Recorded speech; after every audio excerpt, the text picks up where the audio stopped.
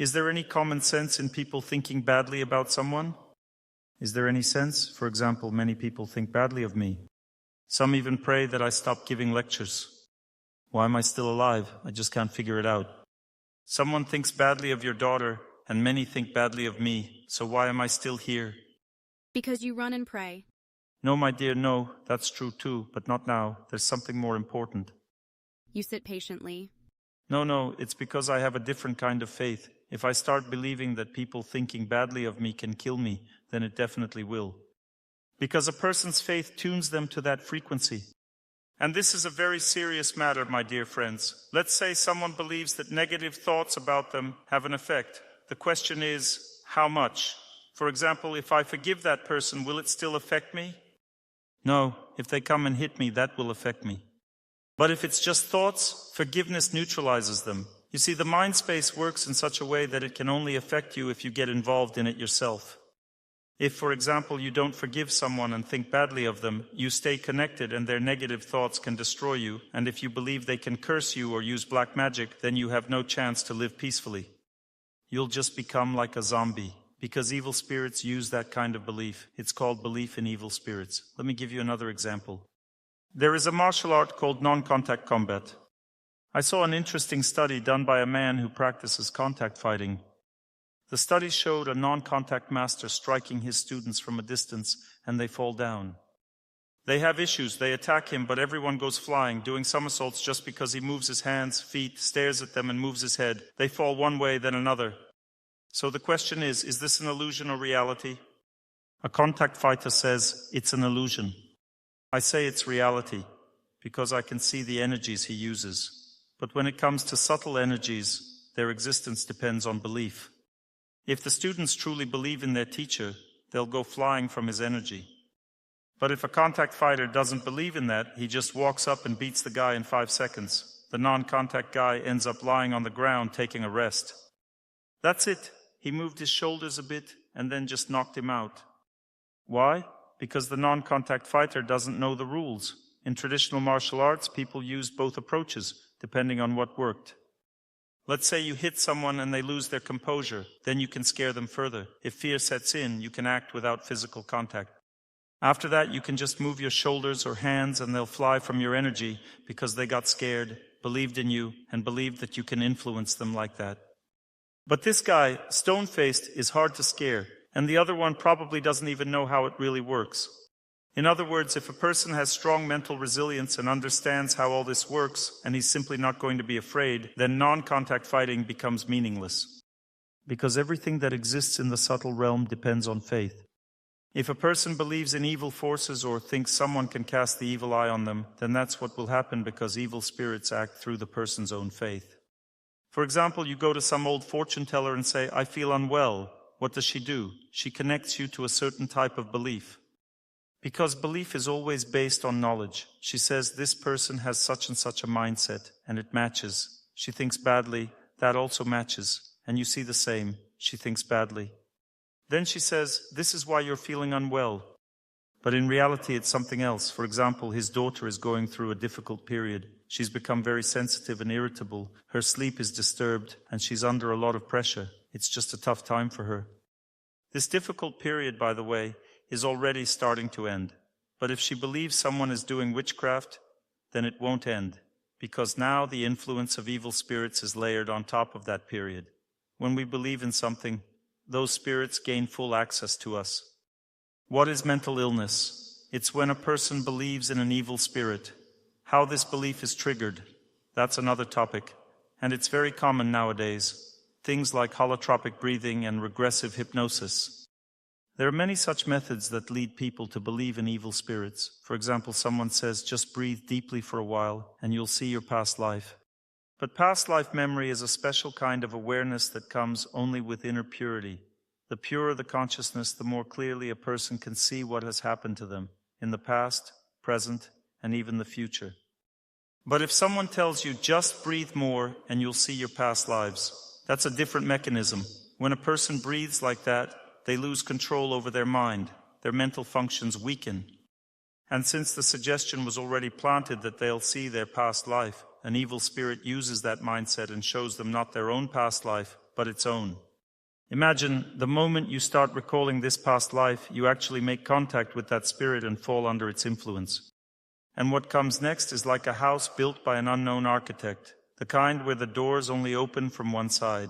That house starts to approach, and now it's right next to you. You just used a method, but why? Because you wanted something expensive for cheap. Seeing a past life is a high-level experience, and you wanted to get it easily.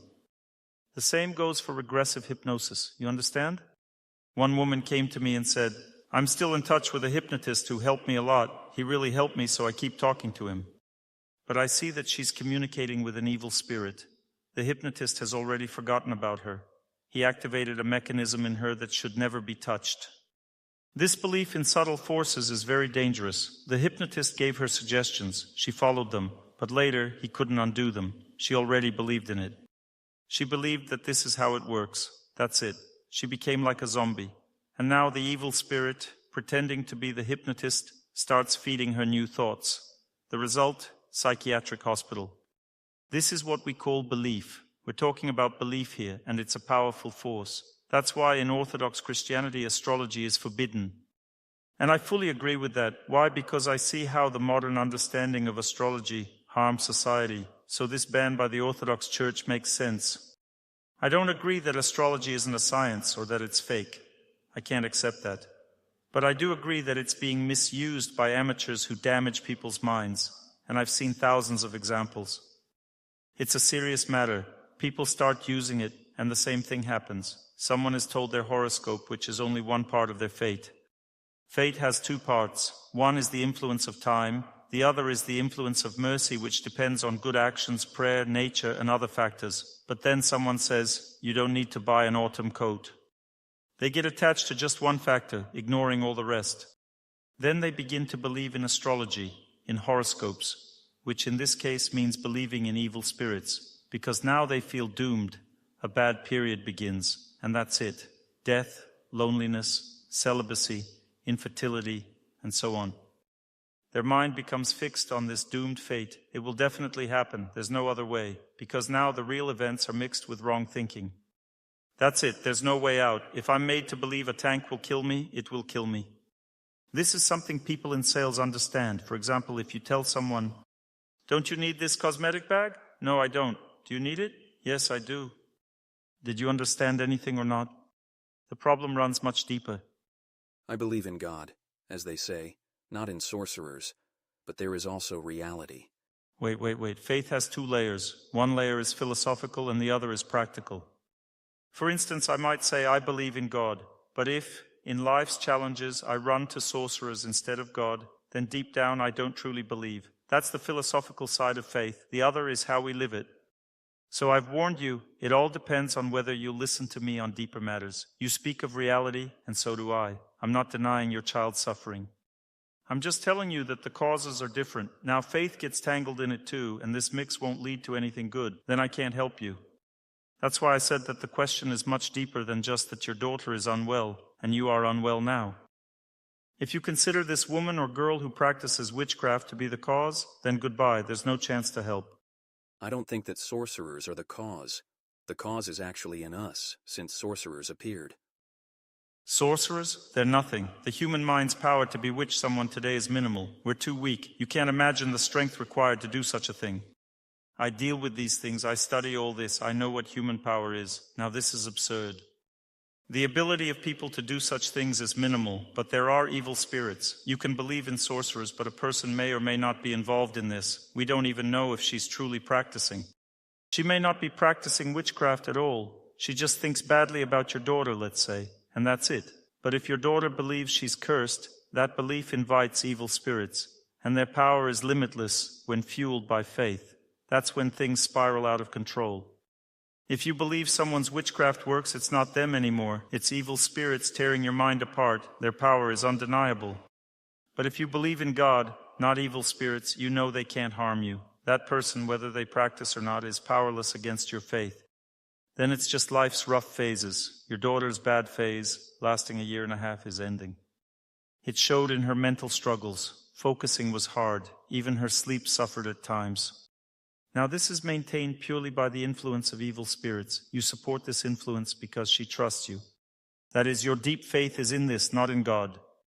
According to the Vedas, when the sun rises, all the fireflies are no longer visible. This is a Vedic comparison that evil spirits are like fireflies. They shine only in darkness, and when people see them, they believe in them. But when the sun rises, you simply cannot see a single firefly because the sun is God. When a person believes in God, then evil spirits are gone. The evil eye, curses, all of it falls away like a delusion. Gone. Why? Because I believe in God. So test your faith. What do you believe in? Believe in evil, and it persists. Believe in God, and it vanishes. They can't use you unless you let them. Faith is the path they walk through. Let me give you an example. Once my wife heard me talking to a girl on the phone, just business. She listened. After the call, she came to me and said, "Only I can twist you around my finger, got it?" She can't. I said, "How is she twisting me?" My wife said, "Can't you understand?" I said, "But I'm not twisted. Maybe she wants to, but I'm not." So, question for you all, can a woman twist a man around her finger? Absolutely. Who said no? Never twisted a man? Come on. Women love doing this. It's easy. Right, ladies? It just seems that way. Oh, come on. It's very difficult. Come on, stop it. If he has only one brain cell, then it's possible. It's not about brain cells. If he's in love, you can do whatever you want with him. Come on. Don't you know that you can twist a man around your finger if he's in love with you? So she said to me, "I'm the one who twists you around my finger, got it?" My wife told me this because she knows how it works. I don't allow you to be twisted around her finger. Now I have a question. Can any woman twist me around her finger or not? Only if I'm in love with her. If I'm in love with a woman, she can do whatever she wants with me. She can twist me around her finger. So again, can a woman control a man? Yes, if he loves her. If he loves her, and if he doesn't love her, then try to twist him around your finger. You won't succeed. He won't care. That's what I told my wife. I said, "Of course, only you twist me, no one else." Back to the point. Look, does a woman influence a man? What is love? It means faith. He fell in love with her. He believes in her. If he believes in a woman, she then twists him. She does whatever she wants with him. It works both ways. If he loves her deeply, she'll influence everything and get her way. Or am I wrong? I'm starting to wonder, have I come to some special place where women don't manipulate men? Or are you all just being modest here, sitting quietly during lectures, pretending to be so proper? Ah, I see. These are very cultured women who don't manipulate men. Understood. I've come to a city of refined ladies who would never do such things. They just say, "I'd like some pastries, some ice cream. Let's buy this for our child. Could we go to that festival together? Or maybe take a vacation in Sochi?" So women here never say these things? They never make such requests to their husbands here, is that it? Or are you keeping secrets? We don't surrender our position. I just didn't give the right example. I'm already uncovering some very important aspects of life that women would not want to be uncovered, okay? But this doesn't change the reality. Everything depends on belief. So to help your daughter, we need to change what she believes in. And I can say these same things to all people who now strongly believe in this nonsense that is going on the internet about 5G, bees dying, artificial virus, money rulers, and so on. First it was the Masons, now it's the money masters. The story keeps changing, but it's always the same tune, believing in anything but God. Because if God controls everything, then he knows what is happening. If the money rulers control everything, then what do we need God for? Then everything's bad, everything's ruined. Bees are dying, 5G internet. We'll all get microchipped and become robots. Everything's terrible, and Bill Gates is to blame. We always need someone to blame, don't we? Meanwhile, Bill Gates says that he is innocent. There's this ongoing battle between these people and Bill Gates. He claims he's good and doesn't want to microchip anyone. They insist, "You want to chip everyone, you're the money ruler." Of course, they refer to the Bible as if the Bible wasn't about God, but about microchipping. That's supposedly the main message of the Bible. You see how complicated faith is? You were listening humbly before, but now you're arguing with me. At first you were so happy I came, but when we touched on faith, which goes very deep, suddenly not everyone was so pleased. Why did he come? What's he doing to us here? Why tell us that we're not being chipped? We're all being chipped. So, Everything depends on where we focus our mind. If someone believes evil forces rule the world, then it's all microchips. Everything's ruined. Artificial viruses. They'll kill us all. Next comes diarrhea, convulsions, death. Only one way out. Or the mental hospital. Choose just 2 options. Whatever you fix your mind on, that's what you'll get. The Vedas say, those who believe in God go to God. Those who believe in money stay here. Those who believe in evil spirits go to hell or are reborn as spirits. What you believe in will happen. Faith is the foundation of human life. We will talk seriously about this at the lecture today. Stress also arises from this. The cause of stress is faith. So let's figure out and differentiate this idea of stress. There's simple overexertion, like childbirth or difficult life periods that break a person. A woman in Essentuki told me she'd walk for 4 hours regularly. Once at the 3-hour 20-minute mark, she felt terrible. She thought, I won't walk anymore, this is too much. What really happened? A difficult period affecting her deepest mental layer surfaced during her walk. As she walked, she began releasing this energy from that layer throughout her psyche. She was actually healing herself, but because this period was so intense, the healing process became overwhelming. She'd walk, feel bad, continue, feel worse, and misinterpreted it. She concluded she shouldn't walk so much and stopped. Thank God she stopped not so long ago, just a month ago. When I visited, she said, I'm having serious marriage problems now. I explained, you have a mental block. A difficult period has begun. Okay, second issue, she said. When I was walking, I experienced this difficulty. If she deeply understood what she was doing and kept walking, she would have overcome this difficulty through movement. So a mechanical issue arose, but it's not just mechanical because tension stems from difficult periods. It's energy pressing down on us. People think, maybe I should stop, when actually you must continue. You're facing a force trying to crush you. When I do static exercises, because I fly often and static tension builds up, my lower back starts hurting badly during exercises. I know this is flight energy, and I fight it. Most would think my back hurts, I should stop. But I relax, focus on God, pray, and suddenly it passes. Then my back strengthens and handles flights better. What am I telling you now? That you can perceive what happens during movement or during spiritual practice differently. For example, I'm running and my joints start aching, meaning they're healing during the run. I got scared. I think I'm running and my joints are aching. And at this time, when I stop while the joints are aching, what happens? The bad energy that was in the joints came out, but I didn't complete the healing process, meaning it solidified there in the joints. I stopped running, and now I have inflamed joints, polyarthritis. Because of what? Because of running, meaning I ran, then stopped running, and now I have sick joints. But why are they really sick? You brought the energy out, but didn't complete the healing. Do you understand? So it's a different perception. If you believe in something, you continue doing it, and everything passes. If you don't believe, it only gets worse. You understand? We are now talking about ordinary tension. For example, tension occurred as a result of childbirth. It's overcome by healing practice. It will come out if you practice. How? By staying still or prolonged movement. There are 2 tension types. There can be frozen tension and there can be active tension when something actively affects the body or the effect is frozen inside. That's why either a still body position or prolonged movement can help release this tension. A person does this and suddenly the tension is gone. But on top of that tension, there's already an internal strain that distorts the way we perceive the world. For example, imagine you're already feeling terrible and at the same time someone insults you. That's just too much, right? So one thing piles on top of another and the person truly believes they're suffering deeply. Childbirth, for example, everyone says it's a beautiful experience. Women say giving birth is pure joy. Relax and give birth, it's wonderful. Just relax and enjoy. No, my dear friends, it's not joy. It's one of the most difficult challenges a woman faces in her life.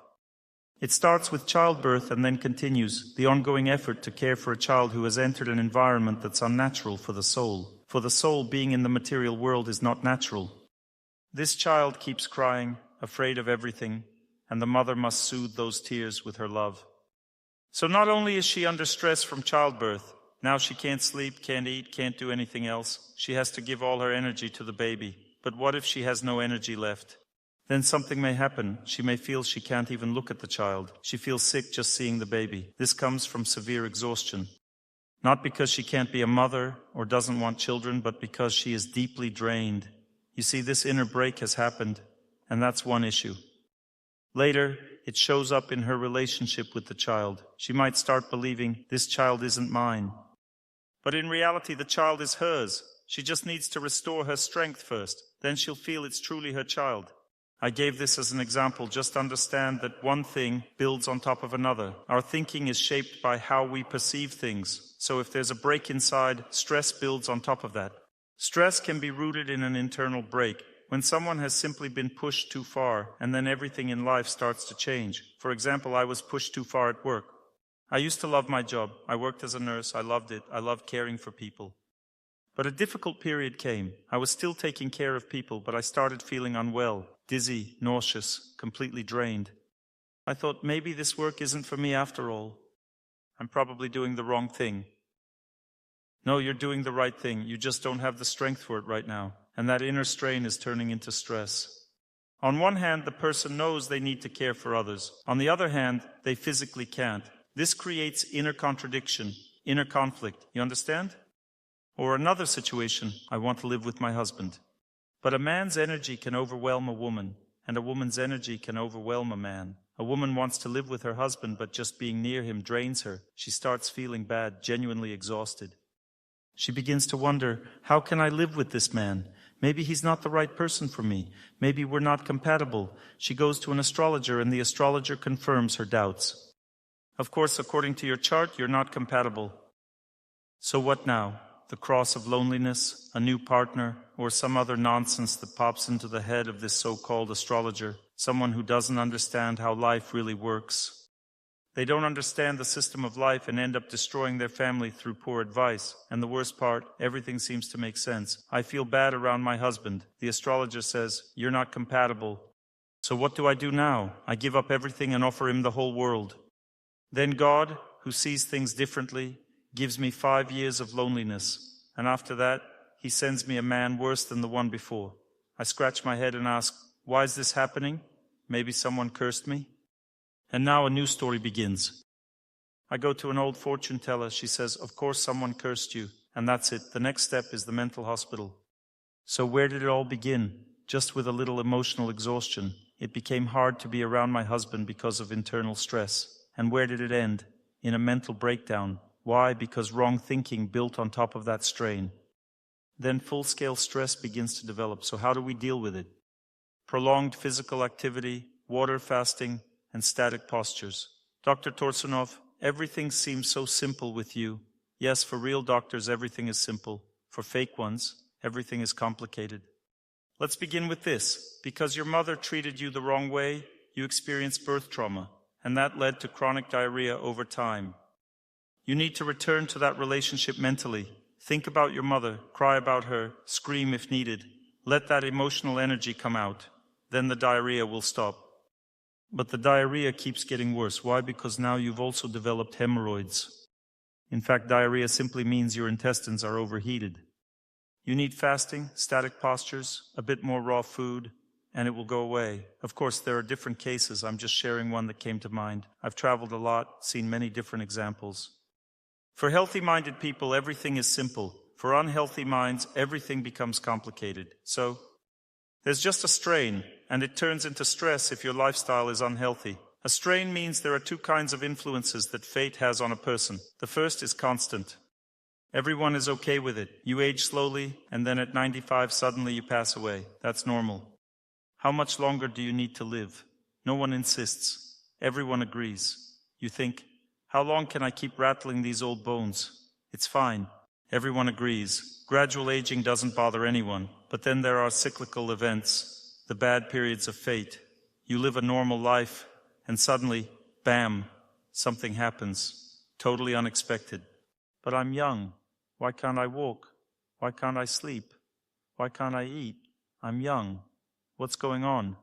Maybe someone cursed me? Maybe it's the evil eye? No, it's just a bad period. Time has its cycles too. Everything was fine, then suddenly turned bad. And since it's a cycle, it will turn good again after some time. That's why you need to know what to do during these bad times. So you don't collapse, don't end up in a mental ward, don't break down, and don't start thinking someone cursed you. You need to know what to do. 4 things overcome cyclical time. First, prolonged continuous movement. Second, water fasting. Third, static exercises. Fourth, prayer. How is this related to my feelings? If I feel that I'm losing willpower, no strength to do things, no strength to work, for example. I want to work as a nurse but have no energy. I can't. It's very hard for me. I don't want to work there at all. Prolonged continuous movement increases a person's willpower impulse. When someone can't do something, doesn't want to do something, can't quit bad habits, can't work at all, can't go to work, they think, I don't want to live in St. Petersburg at all because I can't work here. Prolonged continuous movement restores the willpower factor. The reason is a bad period in life that has now come. This is temporary. The time will come and you will be able to work. For how long? It's unclear. These periods last differently for everyone. Second option, I can't stand my husband or wife, can't stand my job, don't like the environment, everyone around is bad, don't like the city, either rain or snow, either rain or snow. If not rain, then snow. I don't want to live here. I want to live in Sochi. Bad period. When will it end? It's been going on for 4 years, and it will end in 6 months. You need to periodically visit warm places because you specifically need sunshine. Your constitution physiologically needs more sun. Once every 6 months is normal. Go somewhere warmer and it will be fine, but in 6 months this feeling of not wanting to live in St. Petersburg will pass because it connected. You understand? Your sensitivity towards the city is removed through stationary body position. Stay motionless for 40 minutes, standing near coniferous trees because they warm a person. Pine trees, for example, may suit you. Stand with your back to a pine tree for 40 minutes and the feeling of, I don't want to live in St. Petersburg will decrease. Why? Because it's static tension. This excess heat in the body is reduced by remaining still. Excess heat in the mind makes a person overly sensitive. I can't stand this. I can't tolerate that. That's how time affects us. It causes a crack inside. I feel miserable here. Is that just an illusion? No, it's real. And it leads to reduced energy, poor digestion, and even inner depression. The cause is a certain kind of heat in the body. You might say, what heat? I always feel cold. There is constant heat.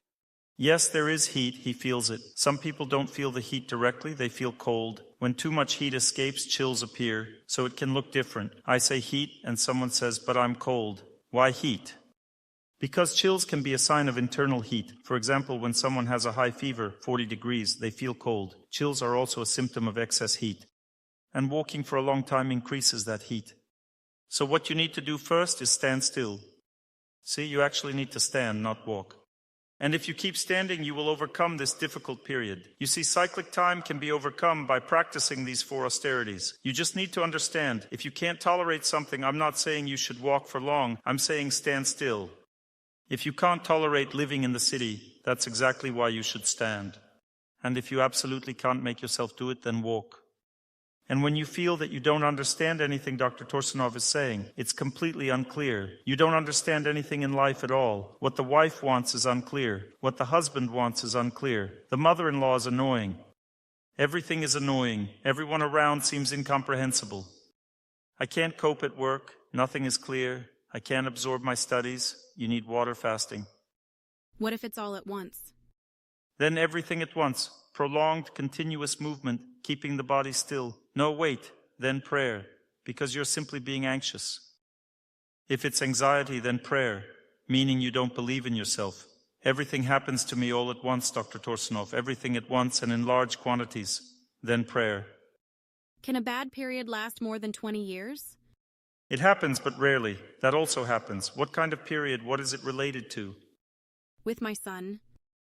No, that's something completely different. There can be difficulties with a son. That might be a thinking problem. Let me finish about bad periods first. We're talking about breakdowns here. We're not discussing relationships at all right now. We're talking about perception of the world. You perceive your son normally, it's just difficult for you with them. That's different. I perceive my son well. Yes, everything is great with you. We're talking about something else now. So look, if I can't do something, I have no strength. Prolonged, continuous movement. This is a breakdown. Stress piles up on it later. If I don't resolve the breakdown, I can start attributing its cause to anything. First comes the breakdown, then a particular worldview develops. This is called a stress reaction, not stress itself. If you connect your worldview to this, then it becomes a large-scale stress that can last many years. Breakdowns only resolve through spiritual practice. The breakdown happened when the bad period began, and it can continue for decades if you don't clear it from your system through practice. That means there are no other ways. You can take hormones, pills, you can go through psychotherapy, but the breakdown remains. You can't get rid of it, because this is mechanical energy. You can't change it with thinking. Is a breakdown some kind of blockage? Yes, it's simply a blockage, an energetic blockage inside you. This blockage makes you hypersensitive to the city. You start feeling bad here because of this blockage. And then everything continues to layer on top. You stand near a pine tree for 40 minutes and feel that it's better and think, well done, Dr. Torsunov. And that's it. To learn more on the subject of health and healing of the body, please make sure to read my health guide, available for download on my YouTube channel or on my Instagram page. Thank you very much, and see you soon.